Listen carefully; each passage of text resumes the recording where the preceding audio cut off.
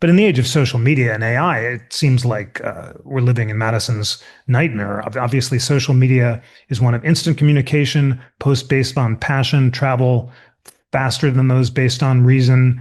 And most importantly, citizens have gotten out of the habit of reading primary texts and thinking for themselves.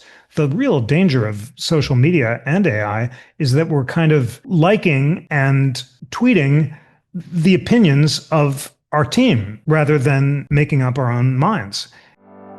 Walker and Dunlop brings you insights for life. Unique perspectives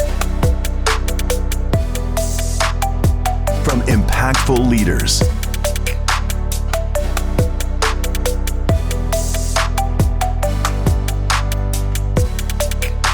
This is the Walker Webcast with Willy Walker. Good afternoon and welcome to another Walker Webcast. It is my great pleasure to have my friend Jeffrey Rosen join me again to talk about the founding documents of our nation, particularly in light of our country celebrating its 250th anniversary of the signing of the Declaration of Independence in a little over a week's time. And so, Jeff, it's great to have you back with me, and thank you so much for joining me. Great to be with you, and happy 250th. Yeah, it's exciting. It's exciting. Jeff, let me do a quick intro to make people understand exactly how knowledgeable you are on the topics that you and I are going to dive into, and then we'll go from there. So, Jeffrey Rosen is a constitutional scholar, and I would say scholar par excellence, author and legal commentator. He is CEO emeritus of the National Constitution Center, a professor of law at the George Washington University Law School, and a contributing editor at The Atlantic. He previously served as legal affairs editor of The New Republic and a staff writer for The New Yorker. Rosen is known for making constitutional history and legal debate accessible to broad public audiences. At the National Constitution Center, he helped build a nonpartisan constitutional education programming, including the interactive Constitution, which brings together leading conservative and liberal scholars to discuss areas of agreement and disagreement about each clause of the Constitution. His newest book, The Pursuit of Liberty, How Hamilton versus Jefferson Ignited the Lasting Battle Over Power in America, was published in October of 2025 and explores how the competing visions of Alexander Hamilton and Thomas Jefferson continue to shape debate over liberty, executive power, federal authority, and the role of government. Jeffrey has a BA from Harvard University, a BA from the University of Oxford, and a JD from Yale Law School. So, Jeff, last time you and I spoke, we spoke about the pursuit of happiness and how the classical writers influenced the founding fathers. And I found that conversation to be just incredibly insightful. And it was such an amazing research project that you did during COVID, which, by the way, I want to touch upon the habits that you picked up during COVID, and I want to find out whether you're still doing your, I'll ask you right at the top, are you still doing your read first habit every day, Jeffrey, of waking up and reading something printed, a book or the paper before you go to your iPhone? Great question. And the basic answer is yes. The flesh is weak, and I've occasionally fallen off the wagon. But just to share with listeners, that was the biggest takeaway from that, what appears in retrospect to be a completely crazy COVID reading project where I spent a whole year getting up 2 hours before dawn and reading classical moral philosophy and watching the sunrise and writing sonnets. I still can't believe I did it. But the takeaway was a new rule that when I wake up in the morning, I have to read before I'm allowed to browse or surf. And I read on the Kindle. So it's just a question of having the strength to swipe left to the Kindle and not right to the blogs or email. And that habit has really, more than anything else, changed my life. It's what allowed me to write this Hamilton Jefferson book in, less than 2 years. And I'm now writing the third book in the Founders Trilogy, as it's going to be called, which will be on the pursuit of union. But I've become a kind of evangelist for the power of daily reading. I've fallen out of that habit because I'm a screen addict, and just having a rule is really helpful. And mostly now that I've become a reading evangelist, I feel so embarrassed when I don't do my morning reading that that's basically good enough to get me to be disciplined every morning. So it's a wonderful habit, and I recommend it. Do you still wake up as early as you did during the pandemic? No, totally not. I don't want to suggest I'm some kind of freak who's getting up 2 hours before dawn now. That was a special and unusual project. But but I still try to catch the sunrise when I can because it's so beautiful. And whether I do or not, I got to read for at least a half hour, if not an hour, before I'm allowed to go back to the screens. So I want to spend most of our time talking about the pursuit of liberty because I think that your framing of Hamilton versus Jefferson is so insightful to our country and the sort of the push-pull of our politics today. But before we dive into that, I'm curious about, it is the Declaration of Independence that we are celebrating on the 4th. Have we been true to the Declaration of Independence, Jeff, since it was signed 250 years ago? From the very beginning, we've been falling short but aspiring to do better. It's remarkable that really as early as 1777, a year after the Declaration was passed, a free African American called Prince Hall wrote to Jefferson and said, "You're falling short of your own ideals. Why aren't I included in We the People?" And ever since then, excluded groups, African Americans, women, immigrants, young people, gay and lesbian people, have insisted that they too are part of the one people, as Jefferson put it in the Declaration, who are created equal and are entitled to the unalienable rights of life, liberty, and the pursuit of happiness. But it's the fact that the Declaration has provided a lodestar, a North Star, the keystone of the arch of our government, to use a metaphor that Jefferson used in another context, is what defines the American idea. The American creed. America is a creedal nation. We're defined by our belief in the three big ideas of the Declaration: liberty, equality, and government by consent. And although, by definition, we've fallen short from the beginning because it's impossible fully to actualize and live up to those ideals, it's the fact that we've pursued the ideals that's defined us as a nation. And that is something that is worth celebrating 250 years later. But you say very clearly there, government by consent. Do we really today have consent over our government? Well, that's an excellent and profound question. The idea of government by consent comes, and I've been tracing it back, the earliest expressions of it were during the English Civil War from the levelers and the great Puritan poet John Milton. I hadn't realized that in addition to writing Paradise Lost and being perhaps the most beautiful writer of English prose and poetry since Shakespeare, Milton wrote revolutionary pamphlets arguing that the authority of the king was only legitimate to the degree that the people consented to be part of government. And it was Milton who insisted that the people could always withdraw their consent if government becomes tyrannical or oppressive. John Locke, channeling Milton in his second treatise of government, famously said that whenever government breaks the social contract, people have a right of revolution, have a right to alter and abolish government. George Mason expressed that sentiment very clearly in the Virginia Bill of Rights. And the great James Wilson of Pennsylvania, who was the most democratic founder and the real innovator who came up with the idea that we, the people of the United States as a whole, are sovereign as opposed to the parliament or the king. It was Wilson who wrote a pamphlet that Jefferson also relied on that said that government is only legitimate to the degree that it has the consent of the people. So now we understand what Jefferson meant when he first declares those unalienable rights. He says that to secure these rights, governments are instituted among men, deriving their just powers from the consent of the government.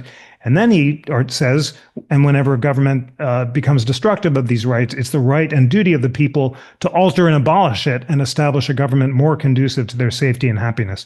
So in other words, the right of revolution, as Wilson called it, is itself an unalienable right. I can't give government the power to stop me from dissenting or even withdrawing my consent, because consent by definition has to be ongoing in the sovereign power. Once we, the people, change our minds and believe the government is no longer legitimate, either we can pass constitutional amendments, or else, in extreme circumstances, we have a right of revolution. Is government today based on consent? It's a complicated question. What exactly does consent require? Ongoing majority support in polls? No. The idea of the Constitution is that we express our consent during special moments of constitutional ratification. The Constitution itself is supreme law, more supreme than an ordinary law passed by Congress, because it was ratified by a special process where people were elected to special conventions and debated thoughtfully over time, and made clear that they viewed that it had the status of higher law. Now, in an age when the Constitution is really hard to amend, when compromises at the Constitutional Convention, in particular the famous compromise giving small states 2 votes in the Senate, as well as other peculiarities like the Electoral College, all mean that it's possible for Congress and the president to rule in some circumstances without majority consent, raises important questions about what consent requires. However, our Constitution is supreme law. It says that the way we can change it is by amendment and special constitutional convention. So in that sense, to the degree that we're still obeying the Constitution, I think we do have to say that we live in a government by consent. You talk about the line in the Declaration of Independence that whenever any form of government becomes destructive of these ends, it is the right of the people to alter or abolish it, which is, to your point, the right per the Declaration of Independence. And that this is where goes my question, of people to create a revolution. And I guess my question then would be, it's in the Declaration of Independence, not in the Constitution. Therefore, it is not law. And the real question I'm trying to get at is, did anyone who was defending themselves on January 6th go back to the Declaration of Independence and say, I had a right to attack the Capitol because I don't think that my government is representing me? Great question. I do know that the leaders of January 6th invoked Thomas Jefferson, and in particular, an apocryphal quote attributed to Jefferson about government tyranny.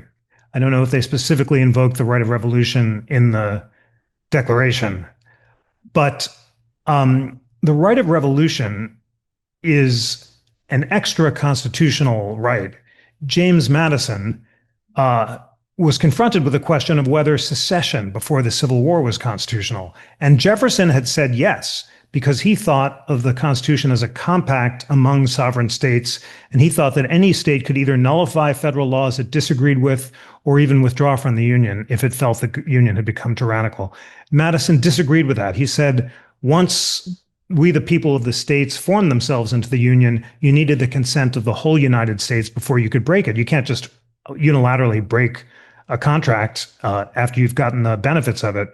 So he viewed secession as an extra constitutional, attempt at revolution. And he thought the Union and Lincoln, he would have said if he were alive, that Lincoln was justified in putting down secession because of his constitutional responsibilities.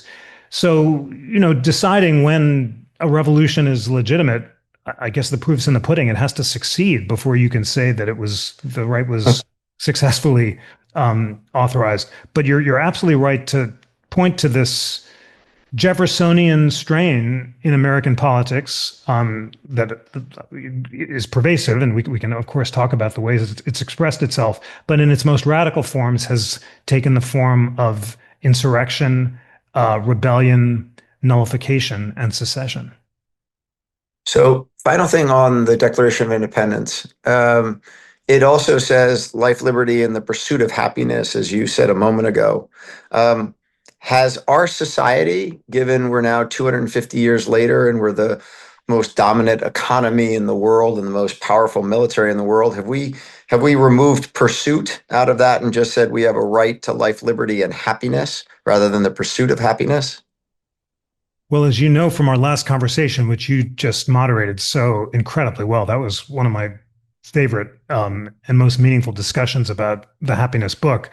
The pursuit of happiness originally meant for the founders not feeling good, but being good, not the pursuit of immediate pleasure, but the pursuit of long-term virtue. By virtue, they meant self-mastery, self-improvement, character improvement, and lifelong learning. And by definition, it had to be a pursuit rather than a destination because it was ultimately a striving for moral perfection, both personal and political. And that's why they thought that personal self-government was necessary for political self-government. And by definition, no human being can possibly achieve perfection, nor can any state. That original meaning of happiness has so fallen out of our discourse ever since it was kind of abandoned in pop culture in the 60s that it almost seems quaint or atavistic to talk about it. We don't think of nations as striving to be virtuous, let alone individuals as having not only a right but a duty to strive to be virtuous. And we really don't think about the idea that the founders thought that the republic would fall unless the people were virtuous enough to master their base passions and factionate impulses and tend to the common good. The whole point was to set aside your ego-based parochial interests and look to the interests of the union as a whole, to the common interest, to the public interest. All of these ideals are not really in mainstream culture anymore, and the 250th anniversary is a pretty good time to start recovering them because, as we know from history, every nation that's forgotten these ideals, the founders believed would end up succumbing to demagogues and the mob. So, Jeff, we sit at our 250th anniversary of the Declaration, and as I said previously, we're sort of 11 years early on talking about the Constitution, as your book does, is the setup between Hamilton and Jefferson. But we're going to go there based on the 250th of the Declaration and move into the Constitution. I do find it is quite something to me, the number of people who think that the Constitution was ratified sort of in concert with the Declaration of Independence and don't know that it was an 11-year process from declaring our independence to actually, if you will, setting up our government.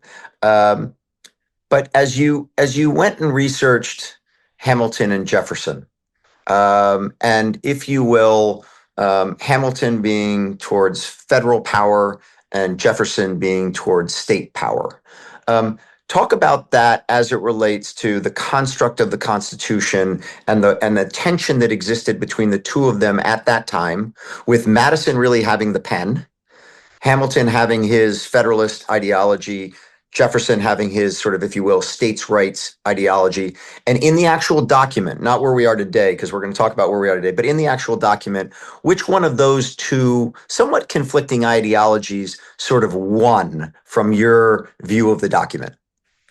Great question. And essentially, Madison won in the sense that he was the guy who was always carving out these compromises between Hamilton and Jefferson that were so complicated that at times only he could understand them. Now, the Constitutional Convention was dominated almost entirely by nationalists and federalists. The strong anti-federalist position, which believed in total state sovereignty and thought that the Union should remain a compact of sovereign states rather than a union of we the people of the United States, was represented most significantly by Roger Sherman of Connecticut, who signed the Declaration and the Constitution, the simple cobbler from Connecticut, as the musical 1776 put it. He was the guy who insisted on the Connecticut Compromise, which said that the states would be represented with two senators and the House would be based on population. And he and the smaller states refused to sign the document unless that compromise were made. It was something that he had proposed several years earlier during debates under the Articles themselves. Jeff, let me just jump in for 2 seconds on that. Yeah. That is clearly a governance issue. Was there also an economic issue at the time as it relates to how the various signatories lined up, because the big movement here from a national standpoint was to assume the national debt. And so was there also the, hey, we want to stay as a state because we're not carrying that debt, and the others who wanted to push it to the federal government were the ones who were carrying the debt? Another great question. It is true that those who argued for the assumption of the national debt included not only Hamilton, who wrote his famous report on public credit at the beginning of the Washington administration, but Gouverneur Morris, who is another hugely influential delegate who wrote a similar call for assumption of debt, and Robert Morris, the financier of the Revolution, who was the richest man in America and ended up in debtor's prison at the end of his life. It's an amazing story. So there was some belief on the part of anti-federalists who were suspicious of a strong union that Massachusetts, for example, which had paid a lot and didn't have a large debt, thought that it shouldn't have to assume the debts of the southern states that had been less frugal. But the biggest economic divide at the convention, as Madison noted, was not between big states and small states, but between enslaving states and non-enslaving states, between North and South. And all of the other most significant compromises, and here they're kind of complicated, but they're really important. The most important was called the Dirty Compromise. And again, it was between Connecticut and South Carolina. Roger Sherman and John Rutledge of South Carolina came up with this deal where New England really wanted to be able to pass navigation acts to impose import and export taxes because they dominated the international shipping trade. The South didn't want that because they thought that they wanted to be able to import slaves without taxation. So the deal they made was that New England could get its navigation acts on the condition that the international slave trade not be banned until 1808. And that had huge consequences. Hundreds of thousands of enslaved people were imported by force into America during the 20 years when the slave trade remained open. Every other southern state, except for South Carolina and Georgia, were willing to ban the international slave trade during the Constitutional Convention. They had enough enslaved people, and importing more would decrease the value of their enslaved population. But South Carolina and Georgia are big exporters of rice and indigo, and it's more labor intensive, and they want more enslaved population. So once again, it was just the holdouts, South Carolina and Georgia. They said, we will not sign unless you protect the international slave trade until 1808. And Connecticut went along with it so they could get their navigation acts. And we have them to blame for one of the most shameful compromises over slavery in the Constitution. Fascinating. I think a lot of people, Jeffrey, kind of forget about how hard it was to actually get the Constitution ratified. And one of the things that you point to in the book a lot is the Federalist Papers. Talk for a moment about the Federalist Papers and their role. They aren't law.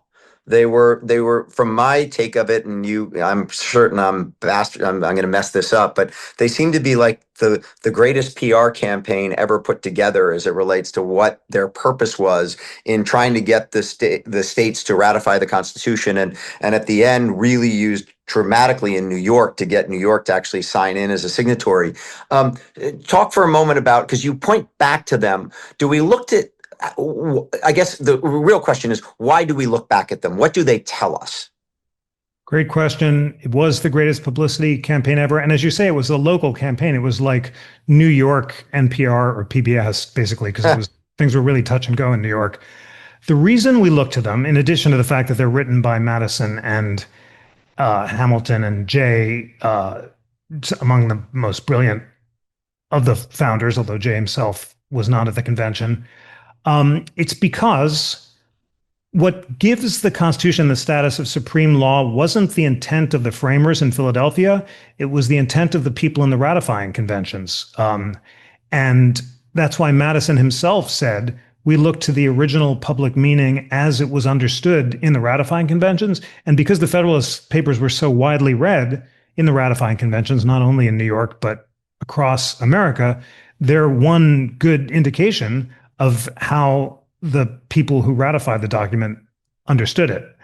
So that's why they're even more important, according to Madison, than his own notes of the convention, which he didn't publish, which were not published until after his death in 1840, because he just thought they weren't relevant. That's the main reason we read the Federalist Papers. Plus, they're so clear and beautifully written. And think of Federalist One. This is a test of whether it's possible to govern men by reason and conviction rather than force or violence. Or Madison talking about how in all large assemblies of any character composed, passion never fails to wrest the scepter from reason. Even if every Athenian had been Socrates, Athens would still have been a mob. It's just this spectacular combination of original American political theory and brilliant political rhetoric that's unmatched in America and, in fact, in world history, which is why it's really great on the 250th to read the Federalist Papers. You just noted create a republic based on reason and conviction and not force or violence. I sort of underscored that in doing my research, and it's sort of so profound. How do we ensure that we have a nation and a government that is based on reason and conviction and not force or violence? Because it certainly feels that we're in this kind of, to our previous conversation about the quite honestly, the right to revolution. That's sort of underpinning. And at the same time, you want to continue to reach for that, a republic based on reason and conviction. Is it all about reading, or is it broader than that? Well, ultimately, it really is all about reading. I mean, it's really remarkable how Madison, who said the main thing we have to avoid is faction, which he defined as any group, a majority or a minority, animated by passion rather than reason, devoted to self-interest rather than the public good. So that's what we're trying to avoid. And the way to avoid faction, according to Madison and all the founders, is through education. And that's why Madison is so excited about this new technology, the broadside press, because he thinks when people read complicated arguments like the Federalist Papers in the newspapers, they'll discuss them with their representatives, and guided by an enlightened class of journalists and statesmen he calls the literati, he thinks that reason will slowly spread across the land and people will think to the public interest rather than to factionate self-interest. Now, even to describe this, we're both smiling, I think, because the idea of an enlightened class of statesmen or journalists, like a kind of editorial meeting of the Atlantic or something like that, in sober conversation with the people who would read primary sources themselves and ultimately listen to competing points of view and converge on the public good, seems incredibly quaint. It was even ambitious at the time because, of course, it's in tension with notions of democracy to defer to some class of experts. But in the age of social media and AI, it seems like we're living in Madison's nightmare. Obviously, social media is one of instant communication, posts based on passion, travel faster than those based on reason. And most importantly, citizens have gotten out of the habit of reading primary texts and thinking for themselves. The real danger of social media and AI is that we're kind of liking and tweeting the opinions of our team rather than making up our own minds. And the whole system is supposed to collapse unless people take the time to listen to competing points of view and make up their own minds. Maybe worth taking another beat here on why Madison thought that freedom of conscience was the most important unalienable right. The power to think as we will and speak as we think. He says it's unalienable because the opinions of men and women, being dependent on evidence contemplated by their own minds, cannot be controlled by other men. I can't give you the power to control my thoughts because my thoughts are the product of reason and conviction and not force or violence. A huge shift from the medieval view that we get our opinions from the king or the pope or the tyrant. Madison says we have to think for ourselves. How do we think for ourselves? We have to evaluate competing points of view. That's why he believes that freedom of speech and religion is so important. You have to have exposure even to false opinions about religion and politics so that you can make up your own mind. And that's why Jefferson, paraphrasing Milton, says that truth has nothing to fear from error as long as reason is free to combat it. So this freedom of conscience is the preeminent liberty, which is also a property interest, that Madison says government is instituted to protect. It's at the foundation of the First Amendment, but it's not only a right, it's a responsibility, a duty. I have not only the right to say whatever I want, but I have a responsibility to educate myself so that I can think for myself, make wise choices, choose virtuous, public-spirited representatives, and not just succumb to demagogues and a mob again. And remember, they thought that every previous republic had fallen because the people exchanged their liberties for cheap luxuries, like Caesar would give them cheap corn and bread and circuses, and as a result, they allowed him to be a dictator. The founders in the convention are very suspicious of direct democracy, except for James Wilson, who's the great Democrat. And they devised the whole Constitution to slow down deliberation with speed bumps and roadblocks, so it's hard for mobs to organize. And by the time they find each other in a big republic, they'll get tired and go home. And again, technology and social media have completely undermined all the benefits, as the founders thought, of a large extended republic by making communication instant. And when you add to that our polarization that comes from gerrymandering and political self-sorting and algorithmic radicalization, you really are living in a world that's very far from what the founders had in mind. But double click on that for a second. You just said that the founding fathers were sort of suspect of direct democracy. So they set up a constitutional republic. I think many people sit there and say, no, we're a pure democracy. We ought to be purely democratic. And what you are saying is, no, actually, they were fearful of a direct democracy, if you will, and they set this form of government up as a constitutional republic purposefully. Is that a correct read on what you just said? That is a correct read. And by they, I mean the majority of delegates to the Federal Convention, most of whom were Federalists and very suspicious of democracy. The main precipitant for the convention was a Shays Rebellion in Western Massachusetts, where a farmer, Daniel Shays, leads a group of disaffected farmers and debtors who can't pay their debts because of inflation after the Revolutionary War. They stormed the federal armory at Springfield, and Madison and the other framers, including Hamilton, Morris, all the nationalists, are afraid that this is going to presage chaos and anarchy. So the main purpose of the Constitution is to create a federal government strong enough to put down domestic and foreign insurrections. That's explicit in the Constitution.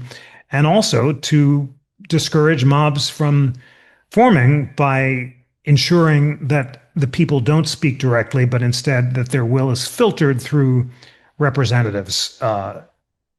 Now, not everyone believed that. As I said, the big exception is James Wilson. Incidentally, there's a good new biography of James Wilson that's about to come out next week by Jesse Wegman, so your listeners can check it out if you want to see the one guy at the convention who took seriously the idea that if we, the people, are sovereign, we should be able to rule in all aspects. He wanted a direct popular election of both the House and the Senate and the president, and he was alone in that. That was just too democratic for everyone else. Now, the views of Wilson were channeled later on by Jefferson, who himself was a great champion of democracy, and he believed that the will of the majority should always prevail. And as America became increasingly more democratic and the suffrage expanded, and we amended the Constitution to allow the direct election of senators who used to be appointed by state legislatures, the Constitution's become more like Wilson and Jefferson hoped and less like Madison and Hamilton and Gouverneur Morris hoped. But the basic design baked into the Constitution itself is a suspicion of direct democracy.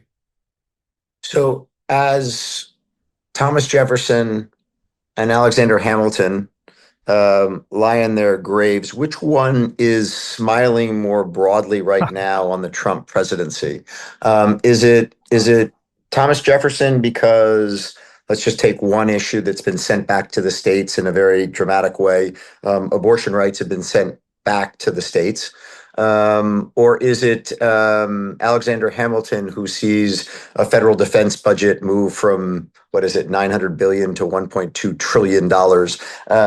Who's winning in the Trump presidency, Hamilton or Jefferson? Well, there are elements of both, as you suggest, and ever since Theodore Roosevelt uh, was called on to deploy Hamiltonian means for Jeffersonian ends, namely the Hamiltonian means of strong federal power to achieve the Jeffersonian ends of increasing democracy and curbing the corporations. Both Republican and Democratic presidents have mixed and matched Hamilton and Jefferson. Republican presidents have tended to favor a Hamiltonian unitary executive that swelled to a kind of power that even Hamilton couldn't have imagined, along with a Jeffersonian view of congressional power, trying to chip back at the administrative state, whereas Democrats have tended to at least talk about doing the opposite, wanting a broad Hamiltonian view of congressional power and a more constrained executive, although once in office, they tend to be pretty Hamiltonian, as President Obama and President Biden both showed. So there are no pure Jeffersonian or Hamiltonian presidents, just as Hamilton and Jefferson themselves were not pure to their own principles entirely.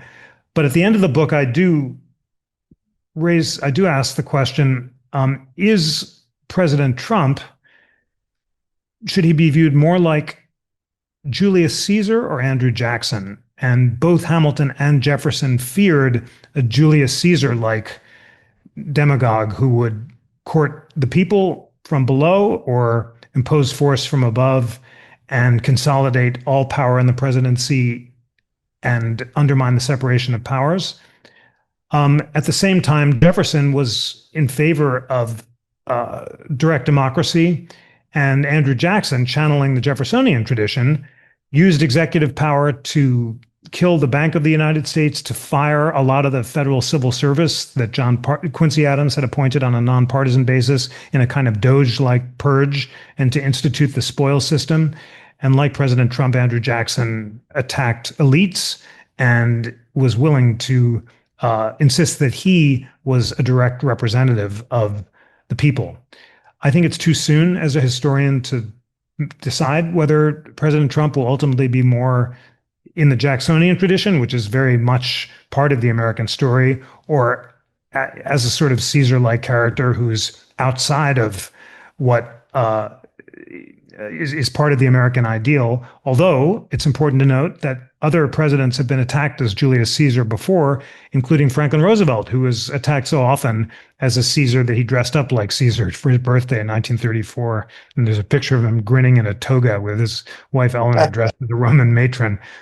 So it's and there were plausible arguments that FDR was undermining the separation of powers and by trying to pack the Supreme Court and rule by executive order, that he was undermining the separation of powers. What was different about the 1930s and today is that Congress had some spine. It wasn't supine.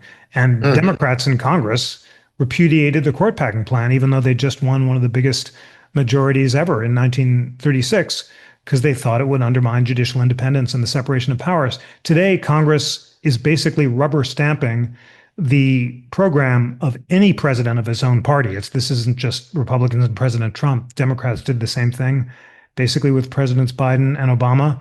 And a Congress that's totally failing to exercise independent judgments, combined with a judiciary that's become very sympathetic to notions of a unitary executive power that really have dramatically exacerbated the imperial presidency, suggests that the separation of powers have been out of whack long since before President Trump got into office. I'm interested you use that time frame. In doing my research for this, I was thinking about the influence of the federal government and whether we're more Jeffersonian or Hamiltonian today. And so I went back and looked at federal spending in 1926 as a percentage of GDP and federal spending in 2026 as a percentage of GDP. And it will be no surprise to you, Jeffrey, that it has gone from 3% of GDP in 1926 to 24% of GDP in 2026. And so just the increased growth and influence of our federal government in everything that we do in this country is unbelievable. The question I have for you, back to your comment about sort of Republicans and Democrats, and neither is sort of the party of Jefferson or the party of Hamilton.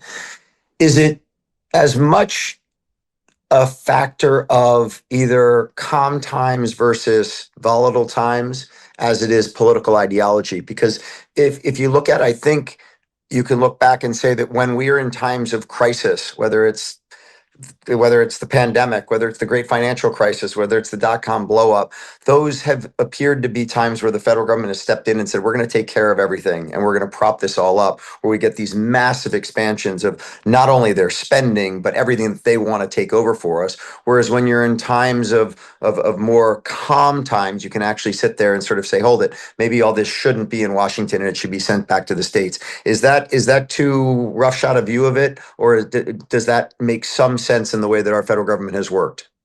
That's a good suggestion. So, Ronald Reagan said that he left the Democratic Party in 1960 because it had abandoned the principles of Jefferson and limited government.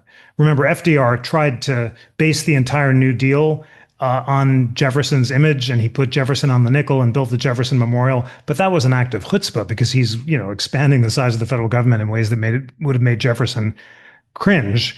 And Reagan said that he wanted to return the Republicans of the 80s to a more Jeffersonian vision, and that government wasn't the solution, it was the problem. Now, in practice, Reagan spent so much on defense and expanded presidential power to such a degree that the deficit ballooned. And it wasn't until William Jefferson Clinton, who worshiped his namesake and took a bus from Monticello to his own inauguration, that was the last time we've had a balanced budget. Clinton's the guy who said the era of big government is over. In some ways, he was our last truly Jeffersonian president. And he did do that in times of relative calm. So so your suggestion may be right, but it's also a question of priorities. And Reagan, who didn't like the administrative state, did want a strong defense budget, and that plus a recession made it impossible for him to balance the budget. It seems so interesting as it relates to going back to Trump, the dual sides of it. He is in his first year in office, the federal government has shrunk by somewhere between 250 and 300,000 employees, which when I asked AI to calculate that of what that is worth in annual savings, they said it was somewhere between 30 and $40 billion, which is a staggering sum of money when you think about what it is from a payroll standpoint and then benefit standpoint. And yet at the same time, we can also point to the cost of our debt going up by a couple basis points. Given the size of the debt today, it washes out any of the savings you'd get from the people, and also the entitlements that we have out there today are just consuming so much of our spending that no matter what you do, from either a discretionary spending, tighten the belt, or from the actual number of people working in the federal government, you're still just seeing spending continue to go up and up. Is there any way out of this predicament? Well, your economics are far better than mine, and I don't pretend to understand the policy or economic solution. But it is striking that there does not seem to be a political constituency for fiscal responsibility. There's plenty of anti-tax sentiment, but people are perfectly willing to allow the government to go into debt to fund stuff they like. In a sense, this, whatever you want to call it, tension or hypocrisy, perhaps, goes back to Jefferson himself, who promises a balanced budget and limited executive power, and then gets the chance to buy Louisiana and double the size of the United States for $16,000. One problem, he thinks it's unconstitutional.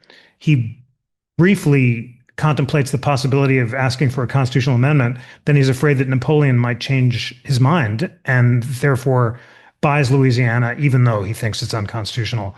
So presidents find it impossible to be true to limited government principles when they have policy ends that they think are worthy. And certainly the Louisiana Purchase was a worthy policy end. It was the greatest thing that Jefferson ever did.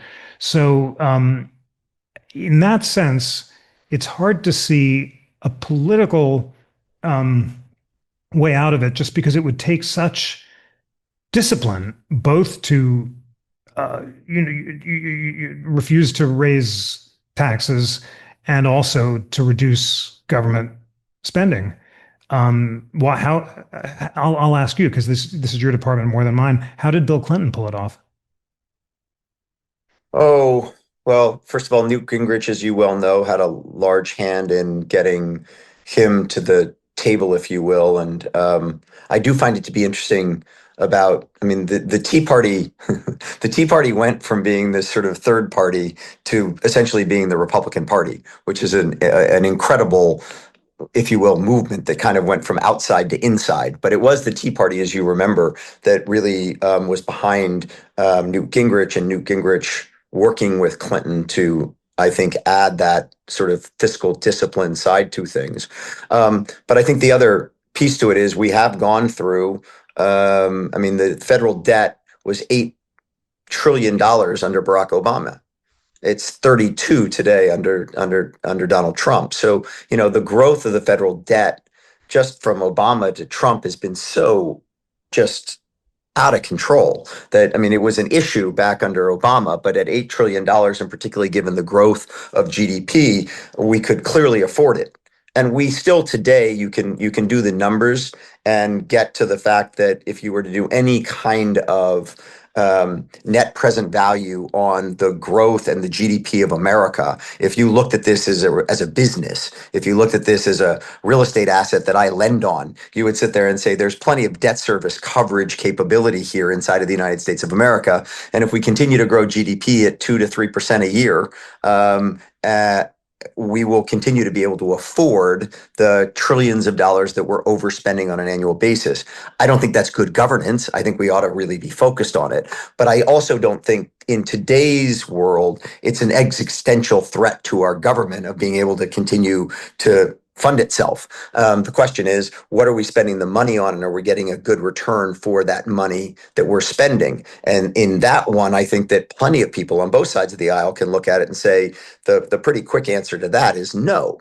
And I think that is the real question that hopefully one of the two parties really focuses on as it relates to where are they spending, what are they spending on, and at the end of the day, what's the return we're getting on it. I'll just give one quick. You asked me the question, Jeff, and I'm sorry to go on too long here, but I was in California recently, and I was at a party with somebody who, from the way they were dressed and the way that they talked, I was like, this is a very liberal person that I'm assuming is a card-carrying member of the Democratic Party. And this gentleman sits there and says, you know, the amount of waste here in California just baffles me. And the way that our government raises taxes every single year and just spends it in such a poor way, I'm fed up. And I was like, wow, if this gentleman, and again, I was making my own assumptions about, you know, what his true broader beliefs are, but the way he presented himself and the way he spoke to me for the first half an hour of our conversation would lead me to believe that he would never be someone to ask that question. And I was like, if this gentleman has gotten to the end of his wits as it relates to the way that the Democratic Party in California is spending its money, then maybe there is a tide that's going to turn here, but time will tell. Absolutely fascinating. Yeah. Let me as we're finishing up on time, because I find all of this to be so fascinating. As you think about celebrating the 250th and going back to the Constitution and trying to figure out whether we're actually, you know, what that struggle is between Hamilton and Jefferson. One of the things inside there, Jeffrey, that you talk about is, you know, the principles of the Constitution are a commitment to a civil dialogue. And we seem to have lost that civil dialogue. And when you were running the center, you were clearly innovative and one of the true leaders in trying to create a center and a dialogue, both inside the confines of the physical center as well as outside on podcasts and speeches and all the media you put out, to create an environment where you could have a civil dialogue. What beyond the center that you ran so effectively, where are you seeing that happen? Is it on university campuses today? The Charlie Kirk's assassination was horrific, but one of the things that many people who are big fans of Charlie Kirk said, he was engaging in that dialogue, and there are plenty of people who thought that he was engaging on it a little bit too much on a partisan way, but at least he was bringing the dialogue to college campuses around the country to just talk about issues and what he was putting forth as a civil way of talking about it. You can debate with me as long as you want. You can call me names if you want to. Don't go to violence. Let's talk about these issues. Where are you seeing that happen today, that those of us who would like to see it happen more can potentially learn from what either an institution or an organization is doing to try and promulgate it? I think it's happening all over the country, if we take the time to look for it. I've just joined as a senior fellow FIRE, the Foundation for Individual Rights and Expression. I'm very proud to be part of America's leading defender of free speech on a nonpartisan basis. I've started a new podcast called The Blessings of Liberty, which brings together liberals and conservatives for these sort of civil dialogues, just as FIRE defends free expression, whether the threats come from the left or the right. And there are podcasts and town meetings and centers all over the country that are engaging in this. I've participated in virtual town meetings hosted by Republican and Democratic representatives that just were incredibly inspiring, and the thoughtfulness of the discussion, the willingness of people to take an hour in the middle of the day to dig in deep about constitutional principles.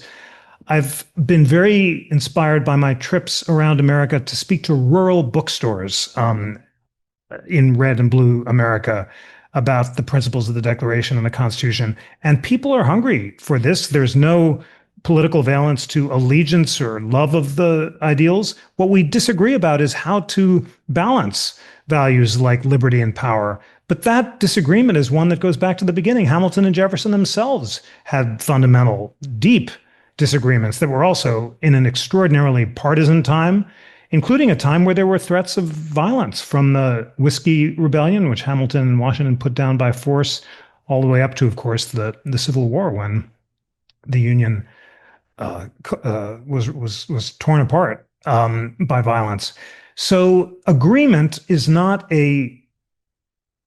or rather, civil disagreement is not a bug in the system. It is a feature. And that's why I talk about the ideals of Hamilton and Jefferson like golden and silver threads woven throughout American history. Sometimes they cross, sometimes they pull so far apart that they're about to snap. But it's a commitment to the dialogue that we have to maintain. And that's a commitment that's being threatened in the wider culture. You can find exceptions all over the place. So many universities are starting centers for civil dialogue and are hosting really meaningful conversations. There's a real understanding that there's a threat to civil dialogue from the extreme left and the extreme right, and which is why so many universities and other non-governmental institutions are trying to bring folks together. But it's a cultural commitment to the importance of it that's key. And that has to come from citizens themselves. It goes back to what we've been talking about deep reading. The point of deep reading is not just to learn and grow, although it is in fact its own reward because it's so incredibly meaningful to learn, but also to expose yourself to different points of view so you can open your mind to different points of view. You might change your mind and ultimately converge on the truth. The whole premise of the Enlightenment was that it's possible by civil dialogue and reasoned debate for people to converge on the truth. And in an age where we're more tempted to get our opinions from the internet or conspiracy theories or from extreme political leaders on both sides, rather than making up our own minds, is one where we're not doing what Hamilton and Jefferson did. That's why I end the book with that really moving image of the fact that after Hamilton dies, Jefferson places his bust across from his own in the central entrance hall of Monticello. And when he passes Hamilton's bust, Jefferson would smile faintly and say, opposed in life as in death. And for Jefferson, Hamilton is not a hated enemy to be destroyed, but a respected opponent to be engaged with. And the fact that Hamilton and Jefferson, after all of their extraordinary battles, political opponents, and who almost came to blows in the election of 1800, despite all that, they were able to maintain mutual respect, suggests that what we've really got to do is just resurrect that spirit of civic friendship, of political leaders who are willing to view each other as respected opponents rather than enemies. Some of that'll take institutional reform of Congress in particular, some media habits, but ultimately it'll just come down to individual citizens making a choice to listen to podcasts like this one, to those at whether it's the National Constitution Center or FIRE, to engage in town meetings, but most of all, just take the time to read the primary sources yourself. We live in the most incredible age in human history in some ways, because all of these sources and books and all this wisdom are basically free and online. All we need is the self-discipline to do it. So back to my morning, the flesh is weak, and I'm tempted every single morning to check some silly blog or check email or X. But, I try to just read something. And whenever I do that, I feel whatever else happens during the day, whatever hash I make of my time or my equanimity, at least I've used my time well and learned something. So it's all up to us. It has been from the beginning. That's why Franklin said when he was asked, what have you created? A republic, if you can keep it. That's not a bromide. It's a serious responsibility to be a citizen. And it takes it takes discipline, and it takes embracing the duty of self-education. And I know anyone who's listening to this podcast has embraced that duty, if I can use that strong word. And thank you for doing that. And thanks to you for hosting these superb conversations, which I always learn so much from. It's always just an honor to be in conversation with you. The thanks are to you. I want to leave it there. I will insert one quick thought, which is, as you were talking about your morning read, it made me think of Admiral Bill McRaven's commencement address at the University of Texas, where years ago, where he said, get up and make your bed, because if you make nothing else of your day, you've at least accomplished one thing. And so along with making your bed, I would add getting up and reading something that's a non-screened, well, it can be on a screen, but something that is real and not just going to the news of the day is a great habit to get into. Jeffrey, as always, what always amazes me when I speak to you is just the amount of incredible data that you have jammed into that brain of yours. And not only that it's in there, but your recall of it. The way you recall and the way you feed all of it or weave it all into your anecdote about it, but going to actually the words that were written and the words that were said is just a masterful skill. And so it is always a great honor for me to spend time with you. So thank you very much. And I hope to see you again soon. And happy 250 to the United States of America. Thank you so much. Happy 250th. Great to see you. Bye-bye.